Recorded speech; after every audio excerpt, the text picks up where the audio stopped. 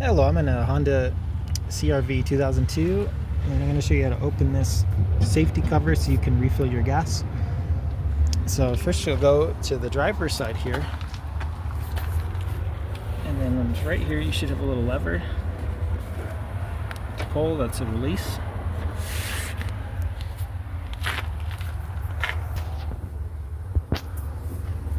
And then once that's pulled, it should be open for you now.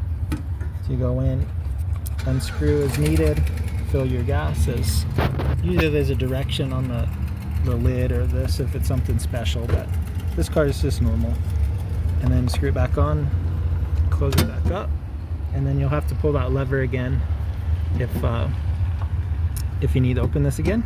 And if you're having issues opening it, once you figure out how to get it open, check to make sure there's not like some debris caught, something like that, somewhere on the hinge. But otherwise, I hope this was helpful. Hope you have a wonderful day.